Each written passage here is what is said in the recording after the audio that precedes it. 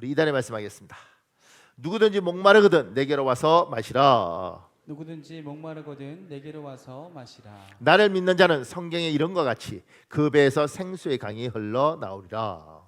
믿는 자는 성경에 이른 것 같이 그 배에서 생수의 강이 흘러나오리라. 이는 그를 믿는 자들이 받을 성령을 가리켜 말씀하신 것이라. 이는 그를 믿는 자들이 받을 성령을 가리켜 말씀하신 것이라. 요한복음 7장 37절에서 39절 말씀. 요한복음 7장 37절에서 39절 말씀. 우리의 기도하겠습니다. 성부 하나님, 목마른 내 인생에 생수의 강이 흘러나게 하옵소서. 성부 하나님, 목마른 내 인생에 생수의 강이 흘러나게 하옵소서. 예수 그리스도를 나의 하나님, 나의 주님으로 믿습니다. 예수 그리스도를 나의 하나님, 나의 주님으로 믿습니다. 나에게 성령 하나님을 충만하게 부어 주옵소서. 다시는 목마르지 않게 하옵소서. 나에게 성령 하나님을 충만하게 부어 주옵소서. 다시는 목마르지 않게 하옵소서. 예수님의 고귀하신 이름으로 기도합니다. 예수님의 고귀하신 이름으로 기도합니다. 하나님이 여러분의 기도에 꼭 응답하실 줄 믿습니다. 아멘. 오늘 에베소서 1장과 골로새서 1장인데 이게 무슨 상관이 있을까 이런 생각을 하실 수 있습니다. 자, 이렇게 제가 말씀을 시작했습니다. 사도 바울은 예수 믿는 자들을 박해하기 위해 다마스커스로 갑니다. 다마스커스로 가는 도중 부활하신 예수님을 강렬한 빛 가운데 만납니다. 바울은 회심합니다. 예수님을 바울의 하나님, 바울의 주인으로 받아들입니다. 그 이후 사도 바울은 세계 곳곳으로 전도 여행을 다닙니다. 전도 여행 중 만나는 사람마다 복음을 전합니다. 전도 여행 중 방문하는 지역마다 교회를 세웁니다. 사도 바울은 당시의 통신 수단이었던 편지를 사용하여 전도 여행 중 세웠던 교회들에게 도움을 줍니다. 전도 여행 중 만났던 사람들에게 도움을 줍니다. 신약 성경에 사도 바울이 쓴 편지가 총 13편 있습니다. 이것을 우리는 바울 서신이라고 부릅니다. 바울 서신 중에 교회에 보낸 서신이 9권입니다. 개인에게 보낸 서신이 4권입니다. 사도 바울이 교회에 편지를 쓸 때마다 주로 사용하는 표현이 있습니다. 그중 눈에 띄는 2가지 표현이 있습니다. 그리스도 예수의 사도된 바울과 어느 지역입니다. 어느 지역에 있는 성도들입니다. 오늘은 예수 그리스도의 사도된 바울과 어디에 있는 성도들이라는 2가지 표현에 대하여 살펴보며 지금 나에게 주시는 하나님의 음성을 듣겠습니다. 이미 설명대로 사도 바울은 하나님을 만나고 예수 그리스도를 나의 하나님, 나의 주님으로 섬긴 이후에 가는 곳마다 전도하고 만나는 사람마다 복음을 전했습니다. 그리고 이분이 나중에 예루살렘으로 돌아오거나 이렇게 했을 때 그 지역에서 여러 가지 문제들이 있지 않습니까? 그러면 지금이야 뭐 카카오톡으로 또는 메신저로 이렇게 뭐 이야기를 하겠지만 그 당시에는 이게 없으니까 가장 좋은 게 편지였고 편지를 써서 고린도 교회에 도와주면 이게 고린도서가 되는 겁니다. 빌레몬을 도와주면 빌레몬서가 되는 겁니다. 그렇게 편지로 이렇게 도와준 거죠. 그게 신약 성경에 13권인데 그걸 우리는 바울의 편지라고 해서 바울 서신 이렇게 이야기를 합니다. 근데 바울 서신에서 항상 편지를 쓸 때 지금 이 앞머리에 바울이 자주 쓰는 표현 중에 하나가 뭐냐면 그리스도 예수의 사도된 바울이라는 표현이 하나 나오고요. 에베소 교회에 쓰면 에베소에 있는 성도들에게 이렇게 편지를 쓰고 고린도에 쓰면 고린도에 있는 성도들에게 이렇게 해서 지역명과 성도라는 걸 쓰는 거예요.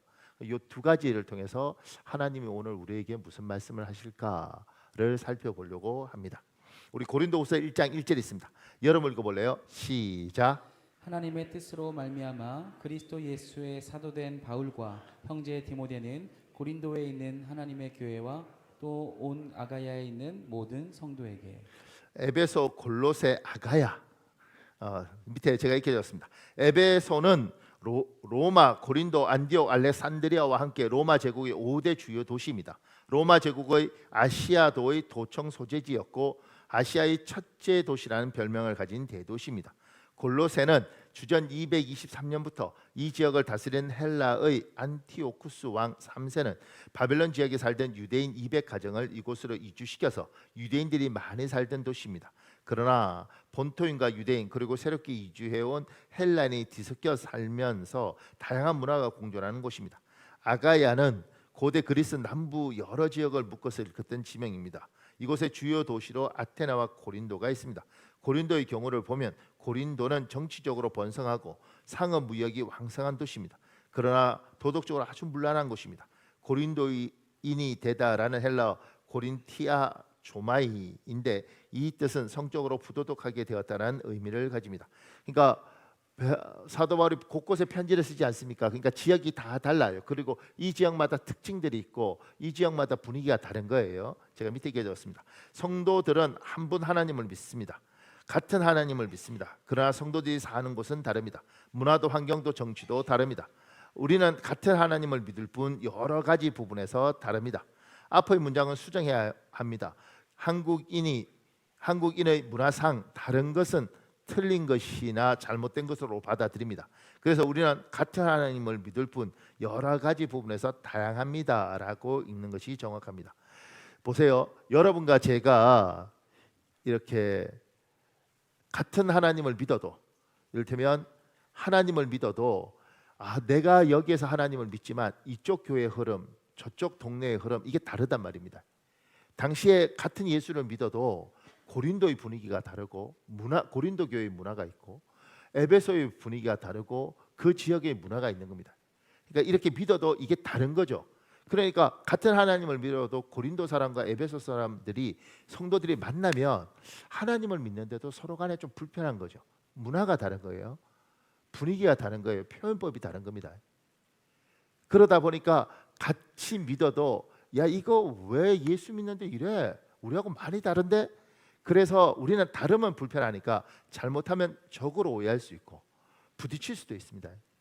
그러니까 여러분과 제가 잊지 말아야 될 것은 우리는 한 분 하나님을 섬기지만 각자 다양하다, 각자 다르다 이게 인정되지 않으면 교회들끼리 모여서 같은 하나님을 믿는 백성들이 모여서 다툴 수도 있고 싸울 수도 있습니다.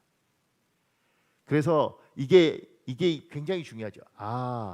저 사람과 내가 같은 하나님을 믿어. 근데 우리는 참 다르구나. 다를 뿐이지 하나님을 안 믿는 건 아니야. 제가 이번 주에 부산을 갔다 왔습니다. 근데 이제 제가 지금 요새 재밌는 경험 많이 하는데 그 옛날에 저희가 새마을호 뭐 이렇게 부르는 걸 ITX라고 부르더라고요. 이번에 저 처음 알았습니다. SRT, KTX 뭐 이런 거 하다가 ITX가 뭐지? 그러니까 그게 새마을호인가 봐요. 제가 틀렸나요? 여러분도 모르나요? 근데 이제 그거 타고 이제 부산을 갔어요. 부산에 가서 이제 10월달에 이제 목사님들 전체가 어디 가는데 그거 계약을 제가 해야 되기 때문에 이제 뭐 설명 듣기 계약을 하는 거예요. 저도 이제 부산역 이런데 처음 내려봤습니다.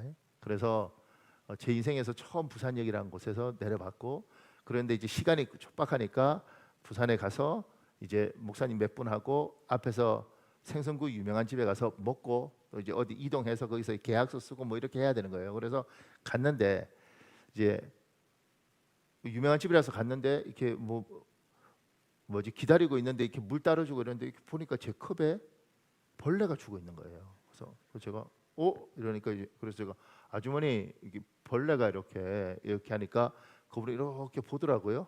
그럼 이제 우리는 요쪽 문화에 익숙한 사람은 어머머 벌레가 됐는데 왜 이러지? 깨끗하게 씻었는데 미안해요 죄송해요 조금만 기다리세요. 그거 새 거 갖다 드릴게요. 그리고 갔다가 그다음 갖다 주면서 좀 더 센스 있으면 아유 죄송해서 어떡해요. 저희가 사이다나 콜라는 서비스로 드릴게요. 뭐 이렇게 하는 요 문화가 있어서 나는 이제 그런 기대를 가지고 이렇게 있는데 이번에 이렇게 보더라고 이렇게. 근데 눈빛이 그냥 덜어내고 먹지 이런 눈빛 같아. 잘 모르겠어요. 왜냐면 뭐 미안하다 말을 안 하더라고요. 그래서 제가 이제 그 지역에 대해서는 약간의 이해력이 있으니까 미안하다 말하고 나 이렇게 보더니만 들고 아무 말 없이 들고 가더라고요. 이렇게. 그리고 갔다 오시는데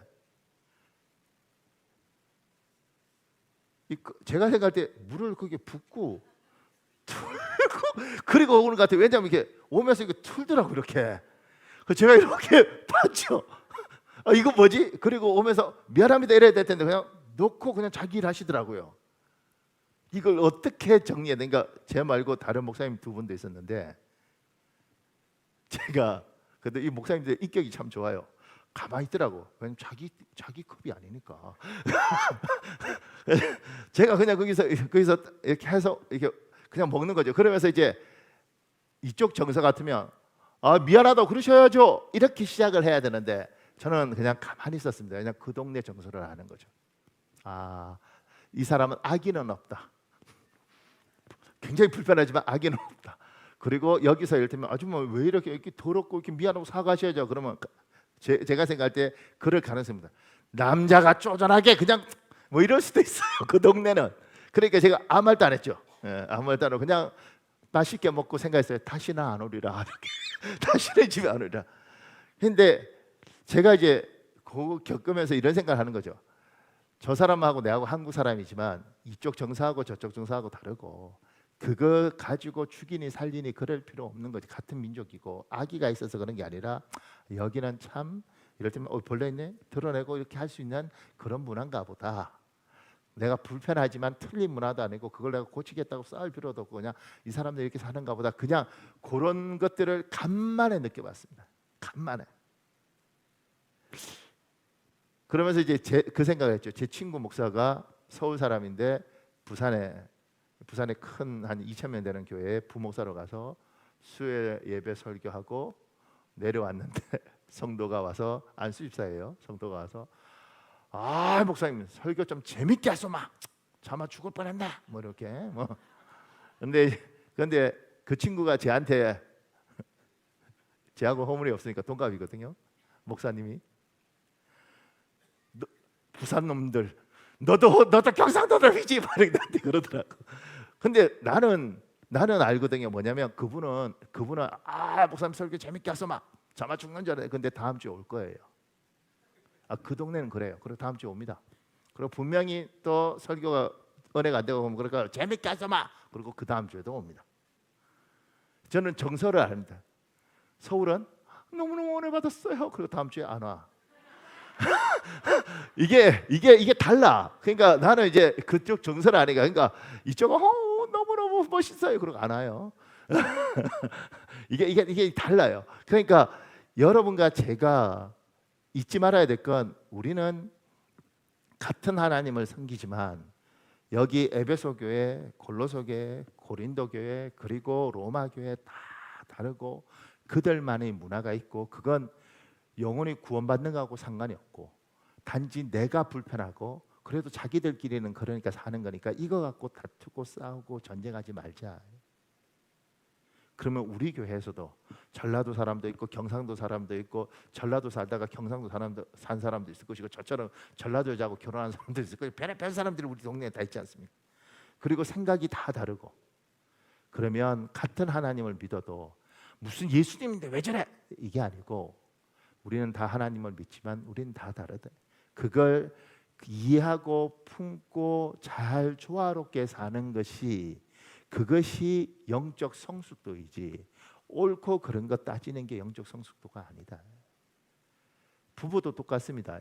부부도 내하고 다른 여자고 내하고 많이 다른 사람인데 이 다른 사람과 같이 이건 틀린 것도 아니고 잘못된 것도 아니고 이 사람이 날 괴롭히기 위해서 악의적으로 한 것이 아니라면 우리는 다른 것이고 그걸 잘 품고 사는 것이 그것이 부부의 성숙도이고 자식들하고도 내 새끼지만 참 다른데 이 다른 아이하고 잘 지내는 것이 그것이 성숙도이다. 고친다고 고쳐지지 않습니다. 왜냐하면 나도 나를 못 고치는 판국이에요. 그런데 저 사람과 고린도 교회가 분명히 알아야 될 것은 에베소 교회는 분명히 하나님을 섬깁니다. 내하고 많이 달라서 그렇지. 그리고 내가 볼 때는 불편하지만 그들끼리는 그래도 잘 살아요. 내 눈에 우습게 보여도 자기들끼리 즐겁게 산다고. 내가 비난할 게 아니라는 거죠. 그래서 지금 바울이 고린도, 골로새, 에베소 이렇게 할 때마다 거기에도 성도들이 있다. 거기에도 예수님 믿고 있다. 그 예수님이 다른 예수님이고 우리가 믿는 예수님이고 우리가 믿는 하나님이다. 단지 참 생각이나 하는 게 많이 다르다. 그리고 그 다른 사람끼리 잘 사는 것. 그래서 제가 보니까 부부 사이 굉장히 힘든 부부들은 이게 차이가 있더라고요. 이를테면 남자는 돈을 가지고 돈이 요것밖에 없는데 이걸 어떻게 써야 되나 이렇게 생각하는 남자가 있거나 여자가 있고 또 부부 사이에는 남편 하나 중에는 돈이 얼마나니까 이거 어떻게 쓸까 보는 게 아니라 쓸 거 먼저 생각하고 그냥 쓰고 돈이 이것밖에 없었네 이런 부부가 있더라고요. 이해 안 가나요? 그래서 이 부분은 같이 살기가 참 어렵습니다.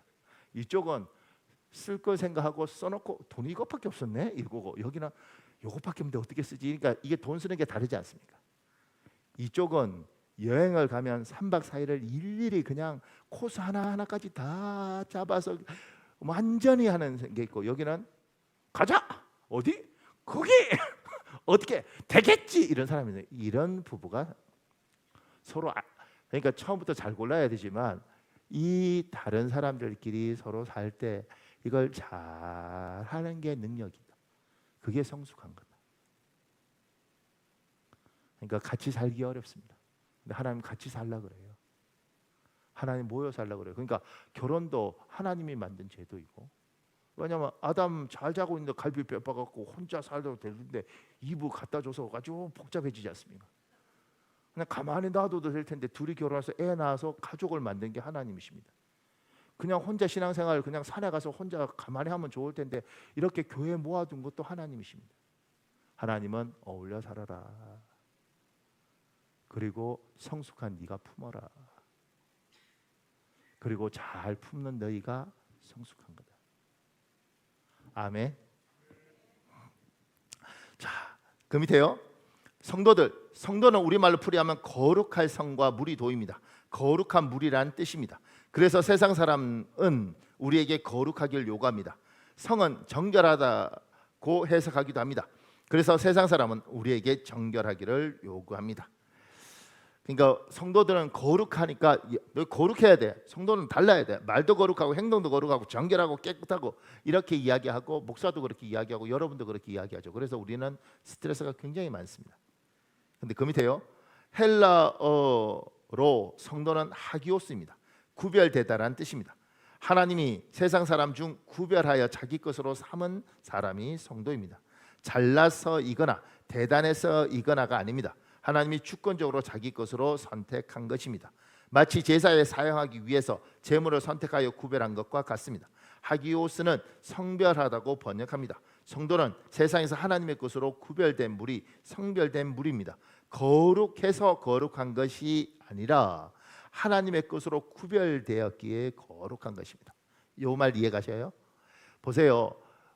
여러분과 제가 스트레스를 참 많이 받는데 그 중에 하나는 목사는, 집사는, 성도는 착해야지, 깨끗해야지, 거룩해야지 이렇게 접근을 해요. 그러다 보니까 거룩하지 않고 깨끗하지 않으면 내가 목사 맞나? 내가 성도 맞나? 내가 그 예수쟁이 맞나? 이렇게 질문하게 되는 거예요. 이런 데가 있더라고요. 이제 이를테면 백성이 양을 한 100마리 또는 1000마리 이렇게 하면 왕이 세금을 요구하는 거예요. 그래서 10분의 1 갖다 바쳐라. 이러면 양 100마리 중에 뭐 좋은 거 골라 뭐 이럴 수도 있지만, 그렇지 않고 막대기를 하나 쳐두고 양들 뭐 1000마리를 어떻게 일일이 세겠어요? 그냥 쭉 지나가. 그러면서 하나 둘 셋 넷 그러다 10번째면 딱 골라서 빼고, 쭉 가서 10번째면 골라서 빼고, 이렇게 해서 10분의 1 이렇게 모아서 갖다 주는 겁니다. 그 중엔 키 작은 놈도 있고, 그 중엔 약한 놈도 있고, 그 중에는 뿌리 덜 자란 놈도 있고, 어쨌든 10번째를 골라준 거예요. 여기보다 여기가 대단하고 특별하고 엄청난 게 해서 고른 게 아니고 10번째 그냥 고른 거예요. 그리고 이걸 뭐라고 하냐면 왕에게 바칠 거라 그런 거죠. 너희들보다 약하고 너희들보다가 상태가 안 좋더라도 이건 구별된 것이고, 이거 구별돼서 왕의 것이니까 특별한 겁니다. 이게 성도예요. 이 세상에서 잘나고 뛰어난 사람을 고른 게 아니고, 이 세상에서 하나님이 왜 그런지 모르지만 넌 내 거, 넌 내 거, 넌 내 거 이렇게 해서 하나님이 그냥 고른 거예요. 그렇게 구별되고 선별한 무리, 그게 성도인 겁니다. 그래서 저들보다 못날 수 있고 세상 사람보다 덜 착할 수 있어요. 그러든 말든 너는 내가 구별해서. 왜 구별하셨어요? 이렇게 우리가 질문할 때 하나님께서 그냥 내가 구별한 거야. 구별한 무리, 이게 성도인 거죠. 착각하면 안 된다. 우리가 예수 믿기 때문에 대단한 존재거나 특별하게 엄청난 능력을 가진, 그러지 않습니다. 그러면 우리 예배 못 드립니다. 우리는 왜 우리를 선택했는지 모르지만 조금 전에 10마리 중에 10번째 거 이렇게 고른 것처럼 하나님이 왜 고른지 모르지만 골라서, 저것도 별거 없는데 야 그래도 왕의 거래, 그래도 왕한테 갖다 바쳐야 되는데 저 건드리면 큰일 난대, 왕 거래, 함부로 대하면 안 돼. 저거 내가 볼 때는 상태도 안 좋구만. 그러든 말든 왕이 자기 거라고 선택한 거야. 건드리면 난리나. 요게 여러분과 저입니다. 에베소에 있는 성도들. 문화나 이런 것이 참 성경 우리가 생각할 때는 다르지만 그들 나름대로의 문화가 있고 그곳에 있는 하나님이 성별한 자기 거.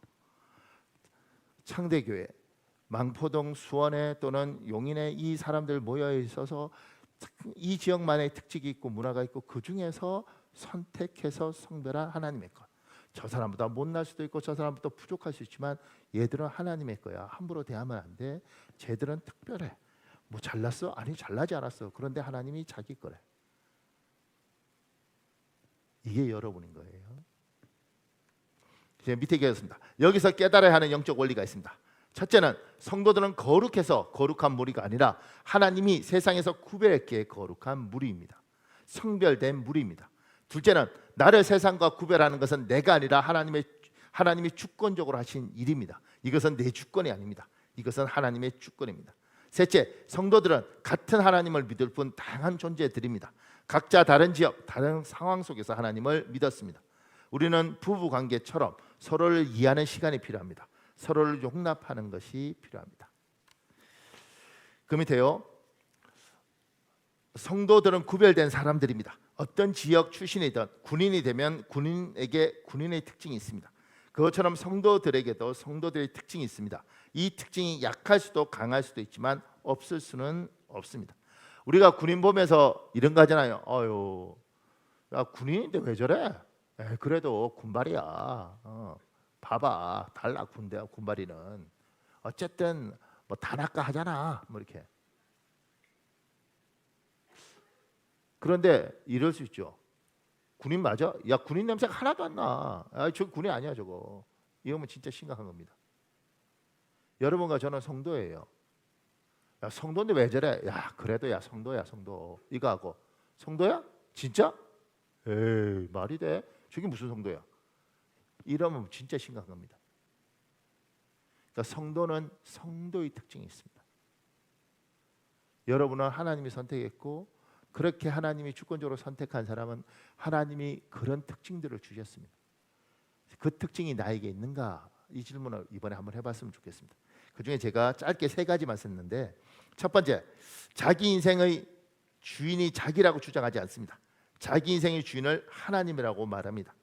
그리스의 철학자 프라타고라스는 말년에 아테네에서 추방되고 그가 쓴 책은 모두 불살라집니다. 신의 존재를 부정했기 때문입니다. 그가 남긴 가장 유명한 말은 인간은 만물의 척도이다입니다. 이 말은 내가 세상의 기준이고 너의 인생은 너의 것이라는 것입니다. 저는 이게 고등학교 때 아마 제가 들었던 문장 같은데 이게 그때 듣긴 듣고 외웠는데 무슨 뜻인지 잘 몰랐습니다. 근데 이제 시간이 지나고 이제 신학을 하다 보면 철학을 이렇게 자꾸 공부할 수밖에 없습니다. 그러다 보면 야, 이 말이 참 무시무시한 말이구나 이렇게 생각이 들어요. 인간은 만물의 척도라는 게 뭐냐면 네가 네 마음에 자가 있어서 네가 쩍지해서 기네 그러면 긴 거고 네가 짧래 그러면 짧은 거야. 이 세상에 네가 기준이야.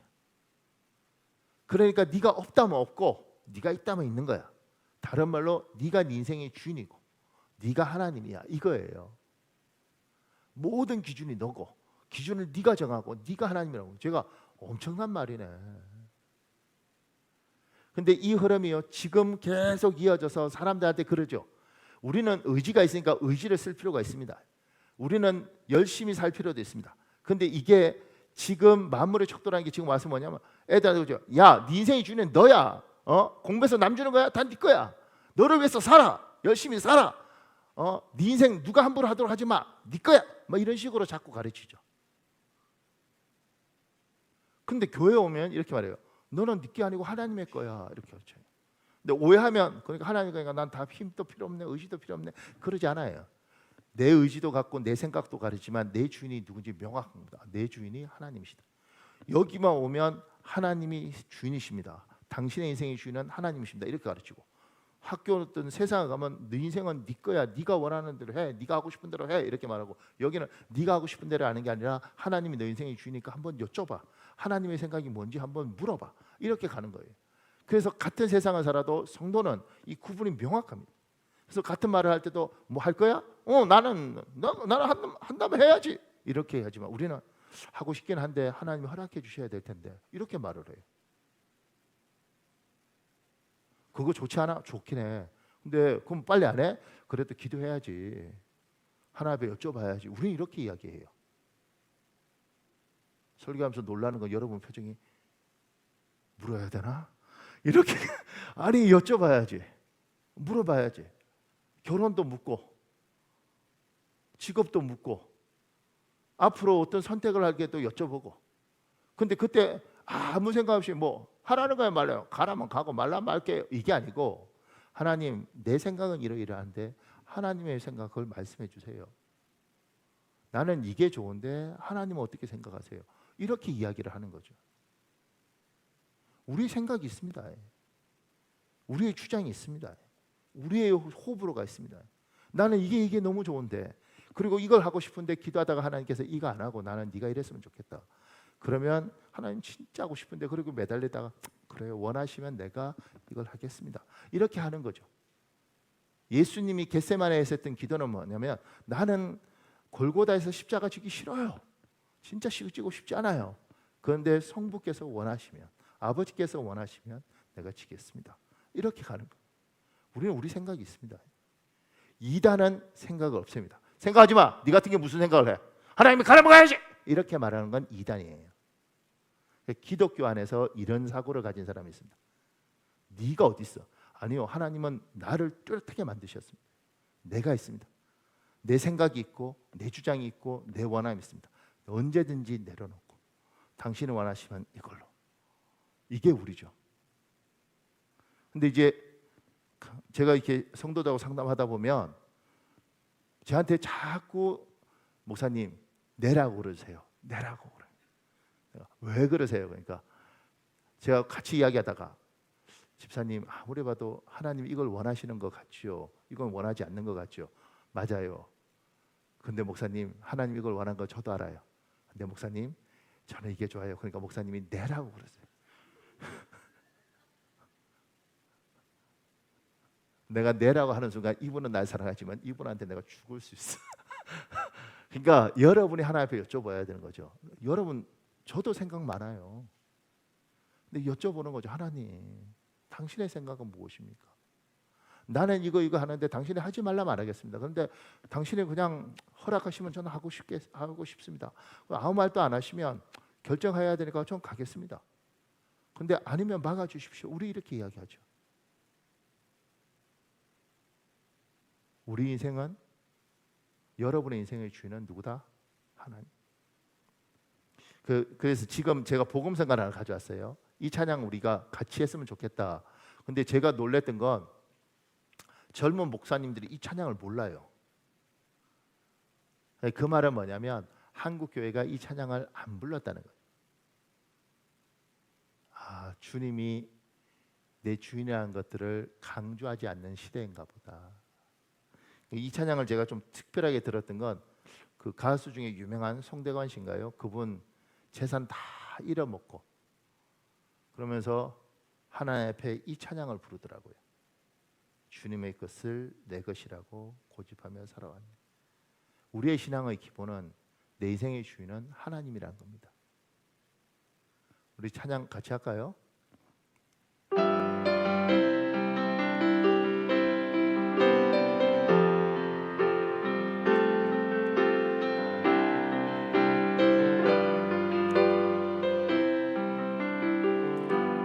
주님 것을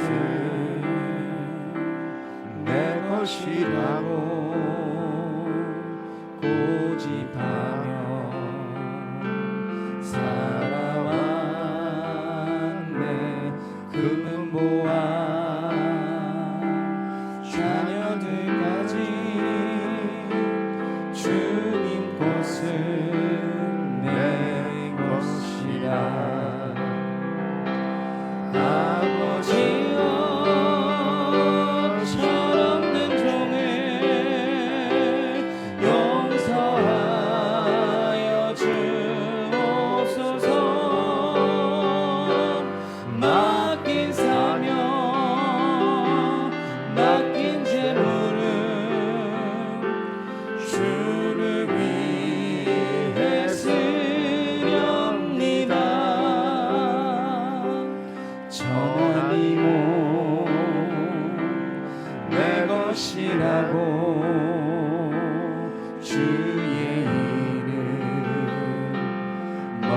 멀리 행내 주신 이도 주님이시오 쓰신 이도 주님이라 아버지여 불충한 종을 용서하여 주옵소서 세상 유혹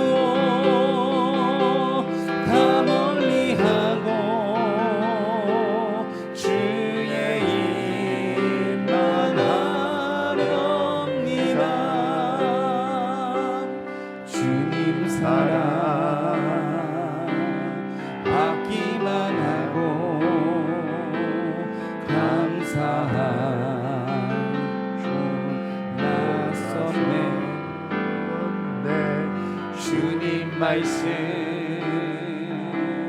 듣기만 하고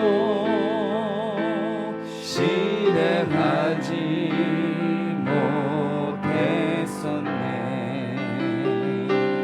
아버지여 연약한 종을 용서하여 주옵소서 주님 명령 순종하면서 주를 위해 살렵니다.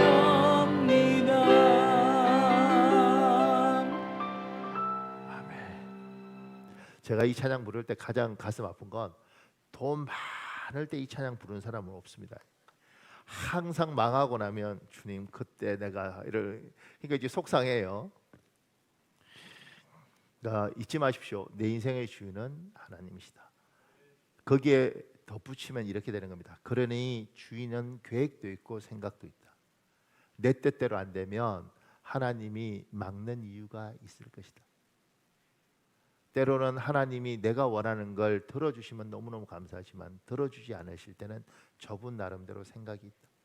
심지어 그 응답 안 해주셔서 고통스럽고 힘들 때 나의 모난 인격을 다듬고 나의 모난 성품을 다듬고 하나님은 그렇게 하십니다. 저는 이제 제가 하나님한테 늘 그랬단 말이에요. 하나님 나는 성도들하고 갈등하기 싫어요. 무슨 할 일이 없어서 목사가 성도들하고 부딪히면서 인격이 다듬어집니까? 그러니까 연단을 받으려면 바깥에서 받았으면 좋겠습니다. 그러다가 노예 일을 하면서 어떤 목사님을 만나서 3년 동안 그 목사님 볼 때마다 미치겠어요. 세상에 저런 사람이 있나? 안 맞아도 거의 로또 수준이죠. 우린 너무 안 맞아.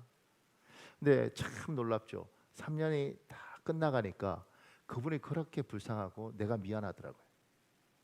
그래서 내가 형님 미안합니다. 근데 그분이 더 놀라서 그냥 계속 승질 부리면 될 텐데. 예. 그러니까 그러면서 제가 3년 동안 그분 볼 때마다 갈등하고 고민하고 왜 목사가 저럴까? 목사가 왜 저럴까? 뭐 이런 생각들 하고 좀 특이해요. 제가 이렇게 보면 제가 이번에 알았는데 그분은 괜찮나 하나님? 이번에 그분은 이제 박사 가운이 있는 거예요. 그 설교할 때도 박사 가운 입고. 근데 나중에 보니까 박사 공부를 했는데 학위는 못 받았대. 다른 사람 중에서 이번 처음 들었습니다. 예. 그러니까 제가 그거 듣고 아니 뭐 이런 분이 다 있나. 그러니까 뭐 특이한 거죠. 그러니까 이제 그런 모습이 너무 싫은 거예요. 저 같은 경우도 박사 가운 없단 말이에요. 그냥 목사 가운만 있거든요. 그런데 이제 라오스에 나중에 학위 수여하러 가기 위해서는 이제 박사권을 맞춰야 되는데, 그러니까 그런 것들 우리는 없는데 그 저쪽은 해놓고 막 이러니까 이제 그런 것들이 저는 굉장히 불편한 거죠. 시간 지나면서 여러 가지 모습이. 그런데 한 3년 하고 나니까 내가 속이 참 좁았다. 그게 뭐라고 그냥 다 그거 말고 여러 가지 그냥 내가 웃어줄 수 있었는데 이분은 그냥 그렇게 사시는 분이고 내가 속이 좁았다. 3년 동안 마음고생 많이 하고 배우고 그래서 미안하다고 그래요. 지금도 만나면 제가 잘해드리려고 그래요. 대신 잘 안 만나지. 있는데 안 가지. 왜냐면 여전히 그분은 안 변했어요. 불편해요. 그런데 제가 저를 보면서 시간 지나니까 그걸 품을 수 있었으면 훨씬 좋았을 텐데 남들하고도 잘 지내는데 내가 못 지내는 건 내한테 문제가 있구나 이런 생각을 해요. 그래서 하나님 앞에 그렇게 기도하는 거죠. 때로는 하나님이 아닌 사람하고 붙여놓고 갈등하게 하고 힘들 때 하나님의 뜻이 있겠거니. 때로는 내 자식이 내 뜻대로 안 될 때 막 저놈 죽이고 나도 죽을까 생각될 때 이것도 하나님의 뜻이 있겠거니. 내 뜻대로 되어지면 너무너무 좋지만 하나님이 내 뜻대로 안 될 때는 그걸 통해서 내 인격을 다듬고 내 생각을 바꾸시고 내 모난 걸 정리하시고 때로는 내하고 부딪히면서 얘도 생각을 바꾸게 하시고 하나님 그러지 않나. 여러분과 저는 완전한 인격이 아니지 않습니까? 우리가 모났는데 다듬어져야 되지 않겠습니까? 승승장구하는데 어떻게 인격이 다듬어지겠습니까? 부딪히고 모난 것이 정을 맞아야 깨지는 것처럼 사람하고 갈등하게 되는 거죠. 그걸 부부면 너무 아프고 가족이면 너무 힘이 들고 같은 교회 안에서 연단이면 진짜 힘이 든 거예요. 하나님 그러지 않게. 그래서 제가 우리 교회 여러분을 위해서 기도할 때 하나님 교인들끼리 이렇게 안 했으면 좋겠습니다. 그러면 하나님 그러시는 거죠. 그러면 어디서 연단을 받아야 사람이 돼야 되지 않겠냐. 그러니까 하나님 직장에서 독한 상사를 만나든 험한 부하 직원을 만나든 그렇게 하면서 깨지고 자기가 그리고 교회 와서는 뭐냐면 위로받고 은혜 받고 눈물 흘리고 하나님 그래서 저는 여러분이 기도할 때 울면서 기도하면 굉장히 좋습니다. 할렐루야. 뭐가 있는가 보다. 그래야지. 그래야 다듬어지지 않겠습니까? 저도 목사인데 하나님이 다듬게 하시더라고요.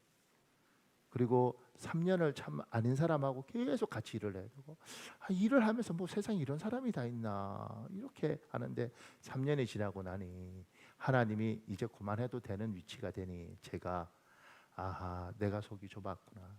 이분이 모난 건 원래 모난 대로 그렇게 사시는 거고 그건 하나님 판단할 것이고 단지 그걸 잘 품고 잘 하지 못한 건 내 잘못이다.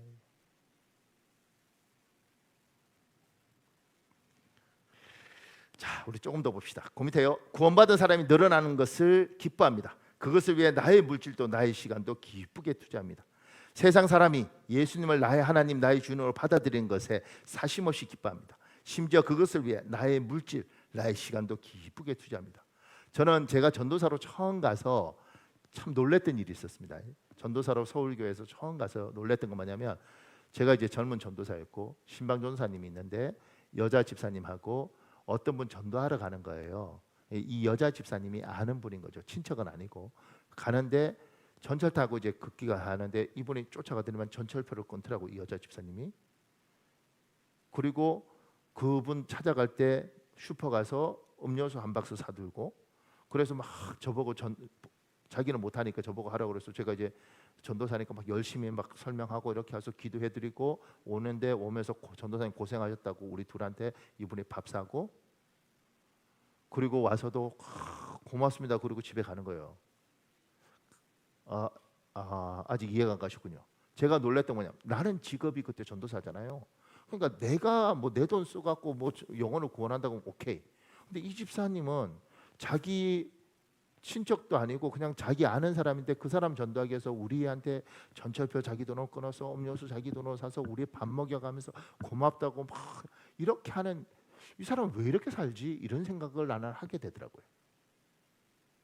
이 사람은 그 영혼이 구원받는 것 자체가 기쁘고 즐거운 거죠. 왜? 당신 친척도 아니고 당신 아버지도 아닌데 왜? 뭐가 그렇게 기뻐? 이게 설명할 수 없는 겁니다. 어저께 세례식을 하러 그러니까 지난주에 제가 어디 지방에 어디 있을 때 우리 교회 집사님한테 전화가 왔어요. 요양원에 어떤 어른하고 이렇게 있는데 그 어른이 92세인데 전도를 했는데 그분이 자기는 교회를 다녔는데 나이가 들어서 못 다니는데 자기는 세례를 못 받았다는 거죠. 그래서 세례를 못 받았는데 그게 마음에 다 있는데 세례 받고 싶다는 거예요. 92세가. 그래서 이 집사님 전화 왔어요. 목사님 그렇게 하는데 어떻게 해요? 그래서 내가 그러면 우리가 세례 하러 갔겠다. 그러니까 주일날 와서 세례 문답서 가져가고 그거 작성하라 그러고 어른 내가 가서 영접 기도 시키고 92세면 언제 돌아가실지 모르잖아요. 그래서 어저께 저하고 저희 사모하고 우리 목사님 한 분하고 셋이서 거기를 갔습니다. 요양원에. 92세인데 저희가 딱 갔는데 그 순간에 살에 들리셨어요. 그러니까 진짜 걱정되더라고요. 하시는데 정말 돌아가실 것처럼 휠체어에 앉아 계신데, 그래서 이제 살에 드는 거 진정시키고, 그리고 이제 어른하고 이렇게 이야기하는데 자기가 세례 못 받은 게 마음에 이제 평생 걸린 게 있는 거죠. 교회는 뭐 옛날에 다니셨대요. 근데 지금은 이제 대전인데 여기 올라와야 계시고, 그러니까 자기한테 누가 세례를 주고, 옛날 어른이니까 교회에 가야서 세례를 받지 어떻게 목사님이 오겠느냐. 자기 교회 목사도 아니고. 그런데 또 부끄러워서 자기는 그런 이야기도 못 하고. 근데 우리 집사님이 그렇게 하니까 이제 우리가 가서, 그리고 제가 이렇게 물었죠. 어르신 혹시 좋아하는 찬송이 있습니까? 그러니까 하늘 가는 밝은 길이, 이 찬송을 좋아한다는 거죠. 그래서 제가 이제 그럼 같이 우리 부릅시다. 그리고 이제 하늘 가는 밝은 길 이렇게 하는데 어른이 그렇게 우시는 거죠. 근데 제 마음에도 하나님이 이걸 참 기뻐하시는 것 같다.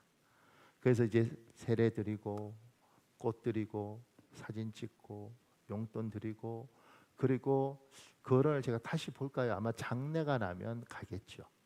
그런데 그렇게 어른한테 이렇게 하면서, 그리고 우리 그 집사는 퇴근도 못하고 잠도 못 자면서 그 어른을 그렇게 이렇게 하는 걸 보면서 왜 이럴까? 친척도 아니고 아무것도 아닌데 우리 교회는 또 왜 이럴까? 이런 생각들을 해보는 거죠. 우리는 영원히 예수를 믿는다 그러면 기쁘고, 그리고 그 영혼이 하나님의 사람이 된다 그러면 즐겁고, 때로는 우리 돈과 우리 에너지를 쓰면서 그것이 내 형제도 아니고 내 필줄도 아닌데 그걸 힘들어도 기쁘게 하는 것이 성도의 특징이다. 아멘. 그래서 교회가 부흥하면 골치 아파요. 사실은 교회가 부흥하면 주차장은 더 없고 점심 때는 더 바글바글일 것이고, 전도했는데 성질 안 좋은 집사가 오면 굉장히 피곤할 수도 있고, 그럼에도 불구하고 한 영혼이라도 예수를 믿고 교회를 떠나서 방황하던 사람이 교회에 돌아오면 그것 때문에 기뻐하고, 이게 성도의 특징이다. 근데 지금 우리는 그런 것들이 자꾸 사라지는 시대에 살고 있습니다. 전 처음에는 우리가 너무 피곤하고 인간에게 쳐서 그런 줄 알았어요. 그게 아니고 그 기쁨을 누가 주느냐면 하나님의 성령께서 우리 안에 계신 분이 주시는 거죠. 그런데 성령의 은혜가 사라져가는 이 대한민국, 그래서 영혼이 구원받아도 그 기쁨을 우리가 마음껏 누리지 못하는 시대에 여러분과 제가 삽니다. 얼마 전에 어떤 목사님을 만났는데 그 귀한 분이에요. 열심히 목회하셨고, 그분이 그러더라고요. 목사님, 옛날에는 무슨 일만 있으면 교회 가서 철회하고 밤새 기도하는 게 그렇게 즐겁고 행복했고 좋았는데 어느 날부터 그런 게 없어졌어요. 이래요. 제가 그분 이야기 듣고 더 놀랐던 건 뭐냐면 나도 그래. 표정이 그냥 우리 목사님 많이 변했네 이렇게 보는데 여러분은 갑자기 화가 확 나. 여러분은 그러니까 우리가 힘들고 어려울 때 와서 기도하고 매달리고 막 이렇게 왔던 그 은혜가 자꾸 사라져가고 영혼을 구원했을 때 그 기쁨도 살아가는 시대에 여러분과 제가 살고 있다는 거예요. 그래서 하나님, 이 은혜를, 이 감격을 다시 회복시켜 주십시오. 그래야 여러분 삽니다. 저도 지금 이제 이번 주까지 뭐 끝나고 나면 그 다음 주부터 제가 제 아내한테 나도 그냥 강대상에서 이렇게 고쳐놨으니까 한 40일 이렇게 자면서 하나님 묵상했으면 좋겠어. 뭐 이런 이야기를 제가 했어요. 허락을 해줘야 될 거 아니에요. 그러면서 우리가 참 하나님 많이 사랑했는데 그게 자꾸 식어가는 것 같아.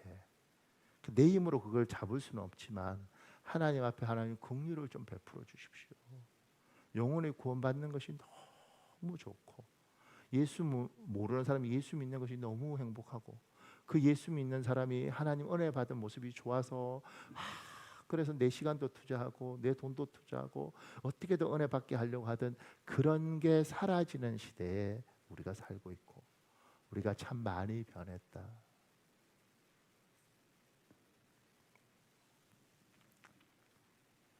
여러분과 제가 그 은혜가 다시 회복되어지기를 예수님 이름으로 축복합니다. 그 밑에요. 천국이 본향이라는 의식과 천국 상급에 대한 의식을 가지고 삽니다. 세상 사람은 이 땅의 삶에만 관심이 있습니다. 그러나 우리는 이 땅의 삶이 끝나고 맞이하게 될 천국의 삶에도 관심이 많습니다. 그리고 천국에 갔을 때 우리가 받게 될 상급에 대해서도 관심이 많습니다. 그러니까 여러분과 제가 또 잊어가는 게 있는데 자꾸 약해져 가는데 천국이 있고요. 그래서 우린 죽음에 대한 태도가 다릅니다. 죽음은 단순히 이사입니다. 이 땅에서 저기로 이사 가는 겁니다. 그래서 우린 죽음에 대한 개념도 다르고 그리고 저곳에 갔을 때 이곳에서 우리의 수고, 우리의 헌신에 대해서 하나님이 기억하고 있다는 게 있습니다. 이게 이제 천국 상급인데 이 상급에 대해서 이제 갈등이 많아요. 왜냐하면 지금 이성들은 이걸 굉장히 부담스럽게 생각합니다. 근데 밑에 이런 글이 있습니다. 목사님. 나는 신학교 시절 천국의 상급에 대하여 많은 고민을 했습니다. 천국에 갔을 때 상급에 차등이 있다면 그건 역시 천국이 되지 못할 것이라 생각했기 때문입니다. 졸업할 무렵 작은 계기로 상급에 대한 고민이 해결되었습니다. 나는 사업을 하다가 신학교에 갔기 때문에 공부하는 게 무척 힘이 들었고 졸업할 때도 아무런 상을 받지 못했습니다.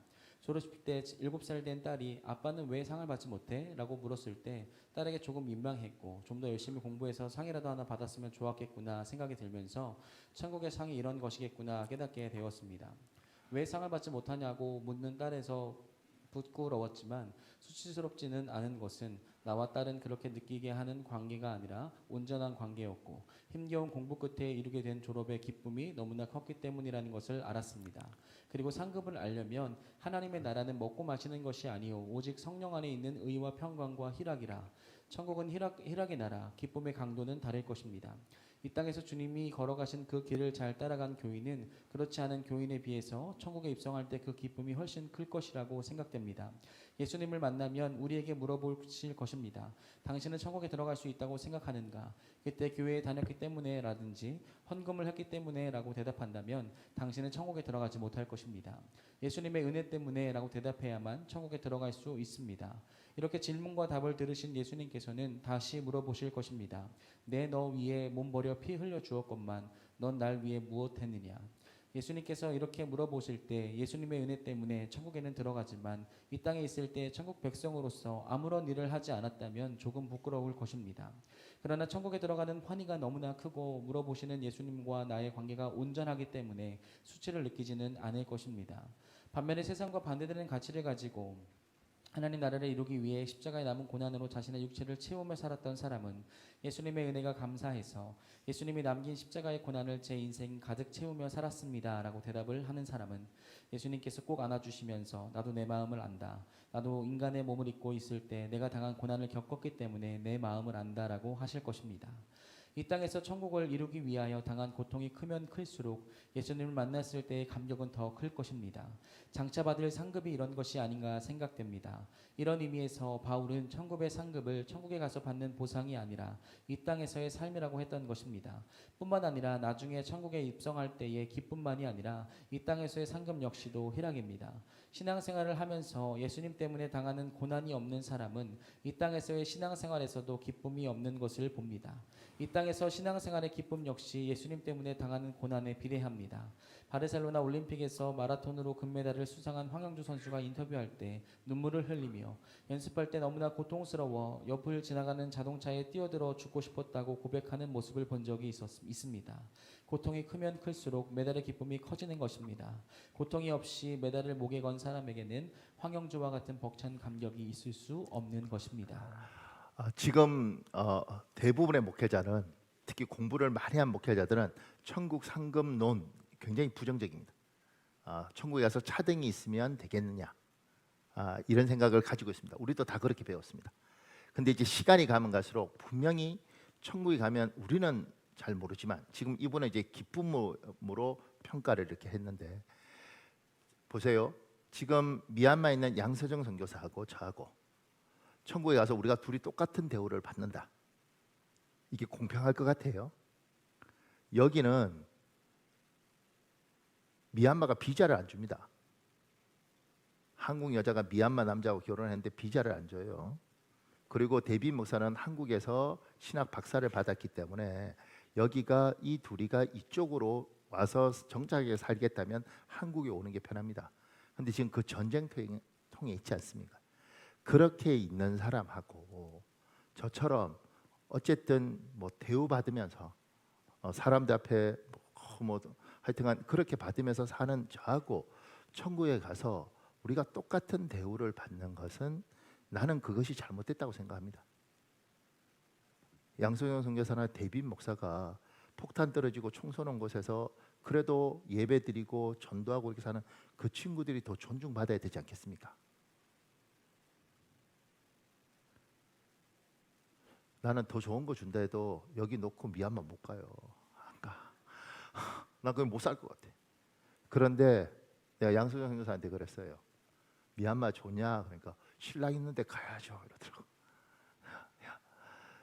제가 그래 하늘나라에 가면 니들이 고생한 것 하나님이 그 보상을 하지 않겠느냐.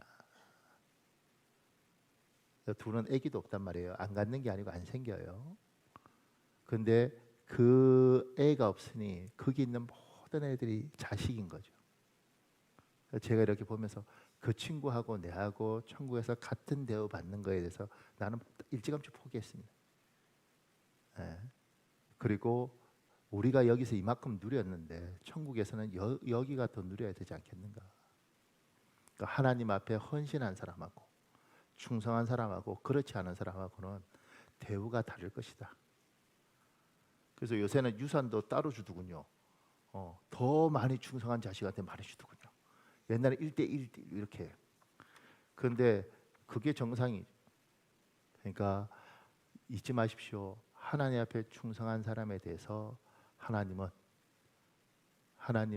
분명히 우리는 어떤 평가를 어떻게 하실지 모르지만 다르게 대우하신다. 그리고 이 땅에 사는 사람들은 거기에 대한 부담을 가지고 살아야 됩니다. 나는 하늘나라에 가면 어떤 대우를 받을 것인가. 여기서 깨달아야 하는 영적 원리가 있습니다. 성도의 특징은 첫째는 내 인생의 주인이 나라고 주장하지 않습니다. 하나님이 내 인생의 주인이라는 것에 명확합니다. 믿음이 떨어질수록 내 인생의 주인이 나라고 주장합니다. 둘째는 한 영혼이라도 구원받는 일에 관심이 있습니다. 영혼이 받은 소식에 기뻐합니다. 셋째는 천국과 천국 상급에 관심이 있습니다. 중요한 결정이나 선택의 순간에 여기에 무게 중심을 두고 움직입니다. 넷째, 만약 성도로서 이런 것들이 약해져 가고 있다면 속히 예배와 기도 말씀을 통해 회복해야 합니다. 마지막 세 번째는요, 간단하게 제가 설명하고 갈게요. 그리스도 예수의 사도된 바울은 사도 이전의 성도입니다. 성도 바울에게 하나님은 사도의 사명을 맡깁니다. 사도 바울은 성도입니다. 성도로 세상 사람 중에 구별된 사람입니다. 우리와 똑같은 사람입니다. 성도인 바울에게 하나님은 특별한 사명을 맡기셨습니다. 그것이 사도의 일입니다. 사도는 보냄을 받은 자라는 뜻으로 하나님에게 일정한 사명을 위임받아 하나님의 대리인으로 파견된 사람을 일컫습니다. 사도는 믿지 않는 사람들에게 복음을 전파하고 가르치며 하나님 앞에서 교회와 그리스도인을 든든히 세워가는 일을 합니다. 사도 바울은 이 사명을 천국 가는 순간까지 잘 감당합니다. 충성된 종입니다. 동그라미 2번에 성도인 우리에게도 하나님은 사도 바울처럼 사명을 맡기셨습니다. 우리는 이 세상에서 생존을 위하여 일해야 합니다. 또한 예수님을 나의 하나님, 나의 주님으로 믿는 우리는 하나님께서 주신 사명도 감당해야 합니다. 작은 사명이든 큰 사명이든 성도의 인생에 사명 없는 인생은 없습니다. 사명을 잘 감당하지 않는 인생은 영적 기쁨이 없습니다. 사명을 감당하지 않으면 몸은 편할 수 있습니다. 그러나 마음은 굉장히 불편합니다. 사명을 감당하려고 애를 쓰다 보면 하나님이 물질도 주시고 능력도 주시고 영적 경험도 주시는 것을 체험합니다. 그 밑에는 여러분 읽어보시고요. 마지막 결론을 이렇게 적었습니다. 여기서 깨달아야 할 영적 원리가 있습니다. 첫째, 성도는 한 사람도 빠짐없이 사명이 있습니다. 둘째, 큰 사명이든 작은 사명이든 사명을 감당하는 사람에게 몸이 힘이 될 수 있고 물질이 소비될 수 있지만 영적 기쁨이 있습니다. 하나님의 위로가 있습니다. 셋째, 큰 사명이든 작은 사명이든 감당하려고 애를 쓰다 보면 하나님의 물질도 주시고 능력도 주시고 영적인 경험도 주시는 것을 체험합니다. 사명을 감당하십시오. 사랑하는 여러분, 성도에게 하나님이 사명을 주십니다. 저야 목사로서 그냥 열어볼 때 편하게 보이시는 거죠. 아, 목사님은 사명을 목사로 받았구나. 창대교회 담임 목사니까 창대교회를 사명으로 받았구나. 간단합니다. 근데 문제는 여러분은 내가 무슨 사명을 받았는지를 잘 모르는 경우가 많습니다. 근데 분명한 건 결혼하셨지 않습니까? 결혼하셨으면 남편으로서의 사명, 아내로서의 사명을 잘 감당하십시오. 그거 쉽지 않습니다. 한 여자와 50년을 사는 것, 한 남자와 70년씩 60년씩 사는 것, 그거 쉽지 않습니다. 잘 감당해라. 목사님, 저는 이혼했는데요. 그리고 재혼했으면 그 재혼한 남자하고 훈련 받았으니 잘 살아갈 것까지. 그게 사명이다. 가정을 지키는 거 사명이다. 부모가 되었으면 좋은 부모 되는 것도 사명이다. 훌륭하고 대단한 부모가 아니라 좋은 부모는 아버지로서 자기가 할 수 있는 아버지 역할을 하고 엄마로서 자기가 할 수 있는 엄마 역할을 하는 것, 그거 쉽지 않습니다. 요새는 특히 다 자기 인생을 살고 싶지 누가 자식을 위해서 자기 인생을 희생하고 싶습니까? 그럼에도 불구하고 자식을 위해서 엄청난 희생을 하는 게 아니라 부모로서 그래도 자기 사명을 감당해라. 나중에 이 세상에서 내가 떠났을 때 분명한 건 나를 기억할 사람은 내 아들, 내 딸인데 그 아이들한테 손가락질 받지 말아라. 최소한 우리 부모가 못 배웠고 부족해도 애썼다, 수고했다는 이야기는 들어라. 이게 사명입니다. 사명. 교회 안에서 집사이면 집사로 사명을 감당해라. 권사이면 권사로 사명을 감당해라. 대단하고 엄청난 걸 하려는 것이 아니라 나에게 주어진 그거. 근데 그것도 쉽지 않습니다. 근데 성도에게 하나님이 사명을 맡겼습니다. 그리고 그 사명을 잘 감당하려고 하면 힘이 든데 기쁨이 있고 감격이 있습니다. 사명을 피한 사람은 기쁨도 없고 감격도 없습니다. 몸은 편할 수도 있지만 마음은 편하지 않습니다. 우리 기도할까요? 이 시간에 우리 한 10분 기도할 수 있는데 오늘 말씀, 하나님, 성도로서 내가 특징을 가지고 있습니까?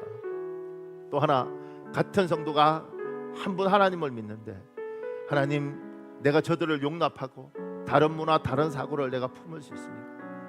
마지막으로 하나님, 나에게 사명이 무엇입니까?